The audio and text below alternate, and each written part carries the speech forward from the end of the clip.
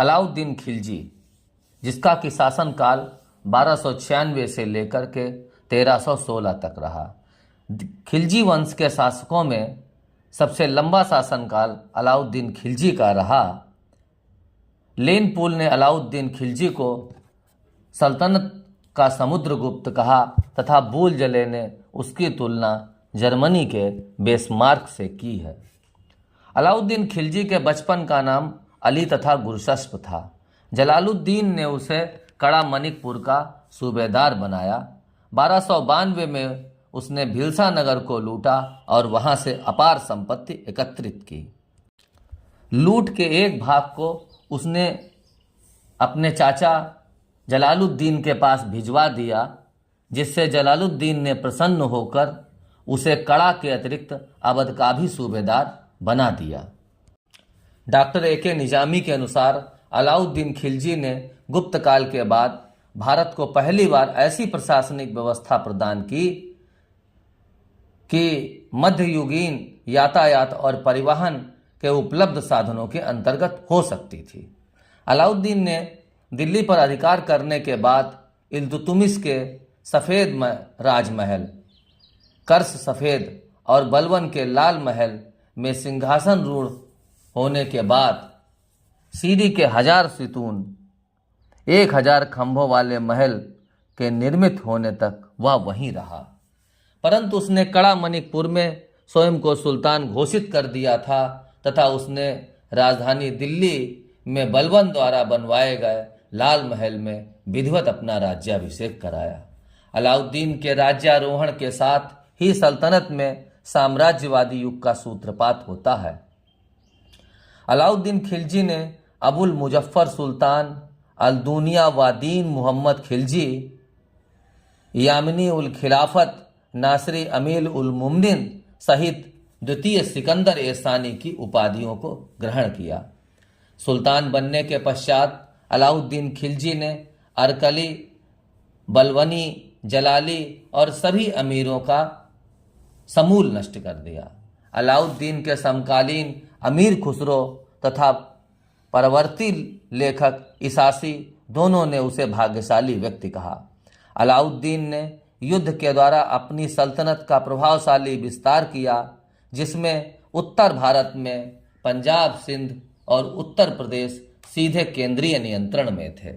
मध्य भारत में चंदेरी, एलिचपुर, उज्जैन, मांडू प्रांतपतियों के नियंत्रण में थे।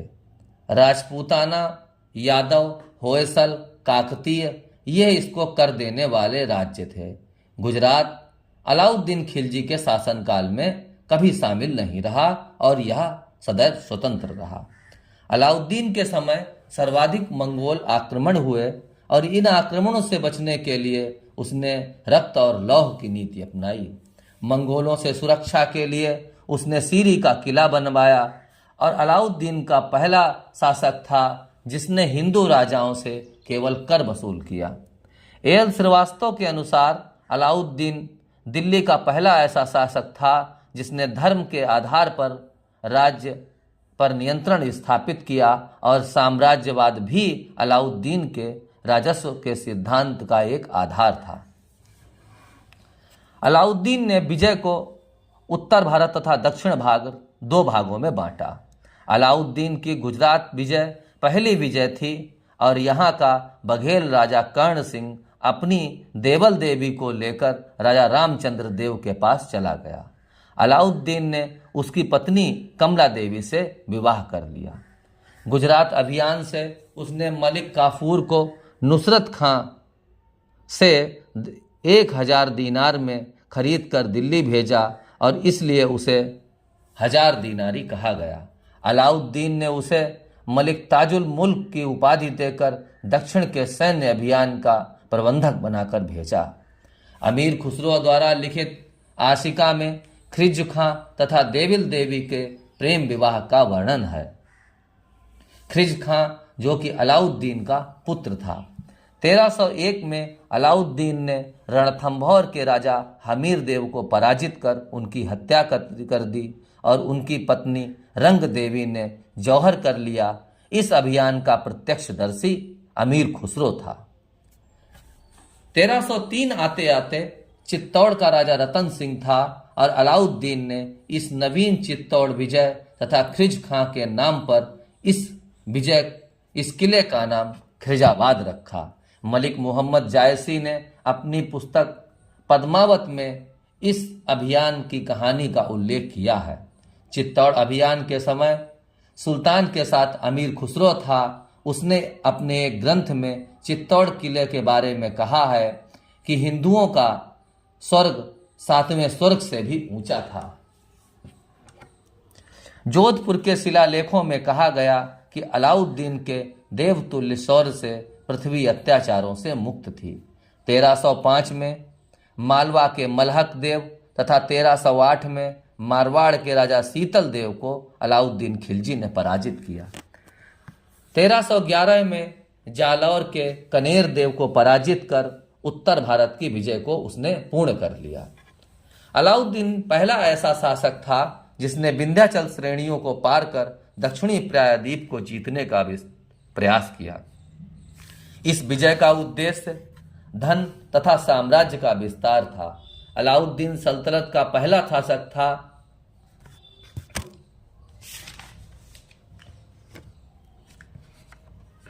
जिसने अपना पहला आक्रमण तेलंगाना के प्रताप रुद्रदेव पर किया। प्रताप रुद्रदेव को मलिक काफूर ने दिल्ली भेज दिया और उसने अपनी मूर्ति में सोने की जंजीर डालकर सुल्तान को भेंट किया। प्रताप रुद्रदेव ने ही कोहिनूर हीरा मलिक काफूर को दिया था और मलिक काफूर ने यह हीरा अलाउद्दीन खिलजी को दे दिया। देवगिरी के शासक राजा रामचंद्र देव को उसने राय रयन की उपाधि दी तथा शाही चांदोबा देकर सम्मानित किया और 1 लाख सोने के टके तथा नवसारी जिला उसके राज्य में शामिल कर दिया।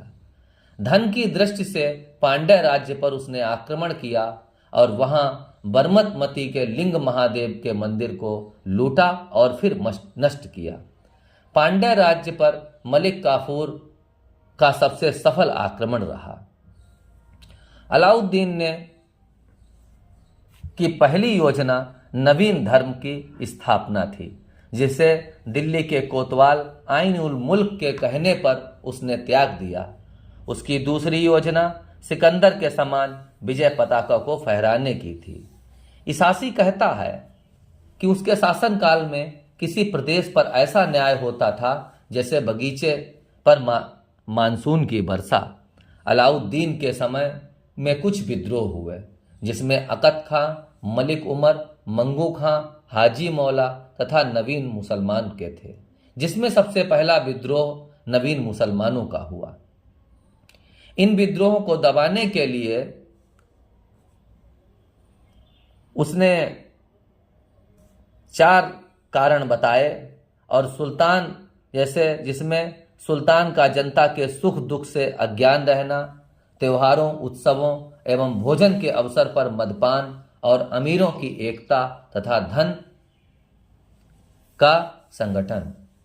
राज्य में विद्रोह को दमन करने के लिए उसने 4 अध्यादेश जारी किए। नंबर 1, अमीर वर्ग की संपत्ति को खालसा भूमि में बदलकर राजस्व में वृद्धि करना प्रारंभ कर दिया। दूसरा, उसने गुप्तचर प्रणाली का गठन किया। तीसरा, दिल्ली में मदपान, जुआ, भांग इनका सबका सेवन बंद करवा दिया और अमीरों के उत्सवों में मेल मिलाप पर उसने रोक लगा दी। मद निषेध जारी करने वाला अलाउद्दीन पहला शासक था। अलाउद्दीन ने राजनीति को धर्म से प्रभावित नहीं होने दिया। उसने खलीफा की सत्ता को मान्यता दी और प्रशासन में उसके हस्तक्षेप को कभी स्वीकार नहीं किया। यामिनी उल खिलाफत नासरी अमीर उल मुमनिन अर्थात खलीफा की नायब की उपाधि उसने ग्रहण की और अपनी पुस्तक ख्वाजुल फुतूह में अमीर खुसरो ने अलाउद्दीन खिलजी को विश्व का सुल्तान, पृथ्वी के शासकों का सुल्तान, युग का विजेता, जनता का चरवाहा जैसी अनेक उपाधियों से विभूषित किया है। योग्यता को पद के आधार बनाने वाला अलाउद्दीन खिलजी पहला शासक था। उसने बलवन की जातीय उच्चतावादी नीति को त्याग दिया। आर्थिक मामलों की देखरेख एवं व्यापारी वर्ग पर नियंत्रण के लिए उसने दीवान रियासत नए विभाग की स्थापना की। बरीद के अंतर्गत अनेक सूचनादाता नियुक्त किए जाते थे जो मुन्हियन और मुन्ही कहलाते थे। उसने दिल्ली के आसपास के खालसा रक्षित प्रदेशों में अमीरों तथा शहना की नियुक्ति की। अलाउद्दीन ने गुप्तचर प्रणाली को पूर्णतया संगठित किया और इस विभाग के मुख्य अधिकारी बरीद मुमालिक कहलाते थे, जिसके अंतर्गत अनेक वरीद आते थे। यह वरीद संदेशवाहक और हरकारे कहलाते थे। बरनी के उल्लेख के अनुसार अलाउद्दीन खिलजी के समय खालसा भूमि के अतिरिक्त 11 प्रांत थे, जो इस प्रकार थे: गुजरात, मुल्तान, दीपालपुर, सामना, सुमन, नंबर 5 थार और उज्जैन, फिर 6 झायन, चित्तौड़ और 8वां चंदेरी, 9वां बदायूं, 10वां अवध और 11वां कड़ा। अलाउद्दीन ने अपने विशाल साम्राज्य के रखरखाव एवं शासन तंत्र को मजबूती प्रदान करने के लिए अनेक सुधार दिए। बरनी के अनुसार अलाउद्दीन के आर्थिक नियमों का उद्देश्य मंगोलों के विरुद्ध एक प्रबल और दक्ष सेना को रखना था। विशिष्ट सेना के लिए आर्थिक सुधार का वर्णन बरनी ने अपनी पुस्तक तारीख फिरोजशाही में किया है। बाजार व्यवस्था का विस्तृत वर्णन भी इसके शासनकाल में प्राप्त होता है। बाजार व्यवस्था का वर्णन इसके अतिरिक्त अमीर खुसरो ने अपनी पुस्तक ख्वाजिल फुतूह, इसासी की फुतूह सलातीन और इन बतूता के रेहता से प्राप्त होती है। बरनी के तथा के.एस. लाल, इरफान हबीब ने अलाउद्दीन की बाजार व्यवस्था का उद्देश्य बिना राजकोष पर बोझ डाले हुए सैनिक आवश्यकताओं को पूरा करना बताया है, जबकि अमीर खुसरो, ए.के. निजामी और बी.पी. सक्सेना ने बाजार नियंत्रण का उद्देश्य आम प्रजा को राहत पहुंचाना बताया है। बरनी के अनुसार अलाउद्दीन ने कर्मचारियों की सहायता से उत्पाद लागत, जिसे हुक्के बर्र आवत कहा जाता था, के आधार पर वस्तुओं के मूल्य निश्चित किए। अलाउद्दीन ने बाजार नियंत्रण को सल्तनत युग की सर्वश्रेष्ठ उपलब्धि माना।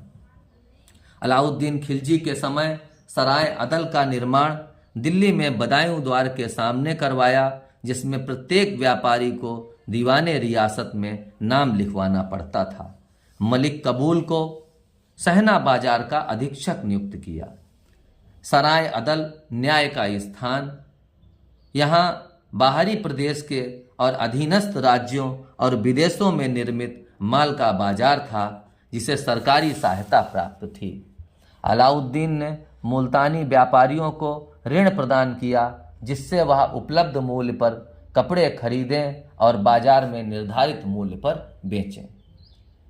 अलाउद्दीन खिलजी के समय में 20 गज की अच्छी श्रेणी का लट्ठा 1 टका में बिकता था, जिसकी की माप वर्नी देता है। परवाना नवीस को बाजार का परमिट जारी करने का अधिकार था। इतिहासकार डॉक्टर के.एस. लाल ने लिखा है, एक नगण्य स्थिति से उठकर वह अलाउद्दीन मध्य युग के महान शासकों में एक बन गया। एलिफेंस्टन ने अलाउद्दीन की मृत्यु का कारण मलिक काफूर द्वारा दिए हुए विष को माना है। इतिहासकार स्मिथ उसे क्रूर और अन्यायी शासक मानते हैं। उसने लिखा है, वस्तुतः अलाउद्दीन एक बर्बर अत्याचारी शासक था, जिसके हृदय में न्याय के लिए बहुत कम स्थान था। अलाउद्दीन ने बड़ी और स्थायी सेना रखी, सैनिकों को नगद धन दिया, घोड़ों को दागने की प्रथा, सैनिकों का हुलिया और बार बार घोड़ों का निरीक्षण कराने की प्रथा प्रारंभ की। निरीक्षण करते समय सैनिकों को सरकारी भाषा में मुरत्तब कहा जाता था तथा 10,000 सैनिकों की टुकड़ी को उसके समय में तुमन कहा जाता था। उसने किलों पर अनुभवी और विकासशील सेना नायकों को नियुक्त किया, जिन्हें कोतवाल कहा जाता था। अलाउद्दीन पहला तुर्की शासक था जिसने वित्तीय सुधार में रुचि ली। उसने सबसे पहले शासकीय कर्मचारी, विद्वानों, धर्माचार्यों से छोटी छोटी आख्ताओं को वापस ले लिया और उसके आदेश दिया कि मिल्क, संपत्ति, इनाम, वक्फ, उपहार को वापस लेकर खालसा में बदल दिया जाए। तथा अमीरों की समस्त भूमि जब्त कर ली जाए। खालसा भूमि का सर्वाधिक विस्तार अलाउद्दीन खिलजी के राज्य में हुआ। इसने इक्ता का आवंटन रद्द कर दिया। अलाउद्दीन ने दिल्ली सल्तनत में पहली बार भूमि की पैमाइश कराकर सरकारी कर्मचारियों से लगान वसूल करने की प्रथा प्रारंभ की। अलाउद्दीन खिलजी के समय भूराजस्व की दर सर्वाधिक थी। इसे मसाहत भूमि मापन प्रणाली को पुनः शुरू करने का श्रेय भी दिया जाता है। उसने ग्राम के मुखिया, मुकद्दमों, जमींदार अर्थात खूतों और साधारण किसान बलाहारों से संबंधित आदेश जारी किए और खूतों और मुकद्दमों से उनके अधिकार वापस ले लिए। जाप्ता भूमि की पैमाइश पर लगान का निर्धारण करना एक सबसे कठिन कार्य था। उसने उपज का 1/2 भाग लगान के रूप में निर्धारित किया, जबकि बलबन और इल्तुतमिश के समय में 1/3 भाग लगान लिया जाता था। कर नगद और अनाज दोनों रूपों में लिया जाता था। अलाउद्दीन ने बिस्वा को लगान की इकाई माना और वास्तविक भूमि पर लगान को निर्धारित करने वाला अलाउद्दीन पहला शासक था। राजस्व के अतिरिक्त आवास कर, घरी कर, चराई कर या कराही कर, अन्य कर भी लगाए। अलाउद्दीन सल्तनत का पहला शासक था जिसने उन गांवों से जो सामूहिक लगान व्यवस्था के अंतर्गत आते थे, एक नई भू राजस्व प्रणाली का गठन करने के लिए कदम उठाया। अलाउद्दीन खिलजी ने नगद अदायगी अनिवार्य करने के साथ ही भूमि की वास्तविक आय पर भू राजस्व सुनिश्चित किया। उसने राजस्व व्यवस्था से भ्रष्टाचार तथा लूट को समाप्त करने के लिए दीवाने मुस्त खराज की स्थापना की। अलाउद्दीन ने न मुक्ता प्रथा समाप्त की, न खूती प्रथा समाप्त की, बल्कि उनके विशेषाधिकारों को समाप्त कर दिया। जजिया, जो कि मुसलमानों से लिया जाने वाला, गैर मुसलमानों से लिया जाने वाला एक कर था, जिसमें स्त्री, बच्चे, विक्षिप्त, अपंग कर मुक्त कर दिए, और जकात गैर मुसलमानों से संपत्ति का 2/5 भाग लिया जाता था। खुम्स, जिसमें सैनिकों को 4/5 भाग तथा राज्य को 1/5 भाग मिलता था, तथा मोहम्मद बिन तुगलक और अलाउद्दीन खिलजी ने राज्य को 4/5 भाग कर दिया तथा सैनिकों के लिए 1/5 भाग रखा। अलाउद्दीन ने राजस्व का अलाउद्दीन निरंकुश बनाना था लगान व्यवस्था को। अलाउद्दीन की बाजार व्यवस्था का उद्देश्य सैनिकों के वेतन में कमी न करके वस्तुओं के मूल्य को बढ़ने से रोकना था। अलाउद्दीन के राज्य की महत्वपूर्ण विशेषता यह थी कि कीमतों के सस्तेपन से अधिक महत्वपूर्ण निश्चित कीमतों की स्थिरता थी। अलाउद्दीन ने अमीर खुसरो, अमीर हसन देहलवी को संरक्षण प्रदान किया। अलाउद्दीन द्वारा बनवाया गया अलाई दरवाजा प्रारंभिक तुर्की कला का श्रेष्ठ नमूना था। शिहाबुद्दीन उमर, जिसने केवल 35 दिन शासन किया। अलाउद्दीन की मृत्यु के बाद उसके 6 वर्षीय पुत्र शिहाबुद्दीन उमर का राज्यारोहण मलिक काफूर ने करवाया। मलिक काफूर ने समस्त अधिकार अपने हाथों में ले लिए। 35 दिन बाद शिहाबुद्दीन उमर को अंधा करवाकर मार डाला और मुबारक खान ने उसे ग्वालियर के किले में भेज दिया। कुतुबुद्दीन मुबारक शाह खिलजी 1316 से 1320, उसने क्षमा करो और भूल जाओ की नीति को प्रारंभ किया, जिसका कि उद्देश्य अलाउद्दीन की बाजार और भूमि संबंधी आदेशों को समाप्त करना था। मुबारक शाह खिलजी ने स्वयं को खलीफा घोषित किया। उसने अल इमाम उल इमाम खिलाफत उल्लाह की उपाधि धारण की।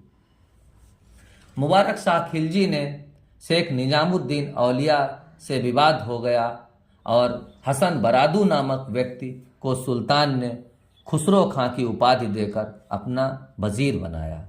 बरनी के अनुसार कुतुबुद्दीन मुबारक शाह खिलजी कभी कभी दरबार में नग्नावस्था में भी उपस्थिति होता था। नासिरुद्दीन खुसरो शाह 15 अप्रैल से 7 सितंबर 1320। 15 अप्रैल 1320 को हजारी सितून के महल में मुबारक शाह खिलजी ने स्वयं को सुल्तान घोषित किया और खुशरफ शाह बरादू नामक लड़ाकू जनजाति का हिंदू था या हिंदू धर्म से परिवर्तित होकर मुसलमान बना था, उसका प्रारंभिक नाम था हसन। मुबारक शाह खिलजी की यौन तृप्ति करता था। खुसरो शाह दिल्ली सल्तनत का पहला शासक था जो कि हिंदू धर्म से परिवर्तित मुसलमान था। खुसरो ने सुल्तान मुबारक शाह को मारकर देवल देवी, जो कि पहले ख्रिज खां फिर मुबारक शाह की पत्नी थी, उससे विवाह कर लिया। उसने पैगंबर के सेनापति की उपाधि धारण की और शत्रुओं ने कहा, उसके विरुद्ध नारे लगाए कि इस्लाम खतरे में है और इस्लाम का शत्रु कहा उसे। धन्यवाद।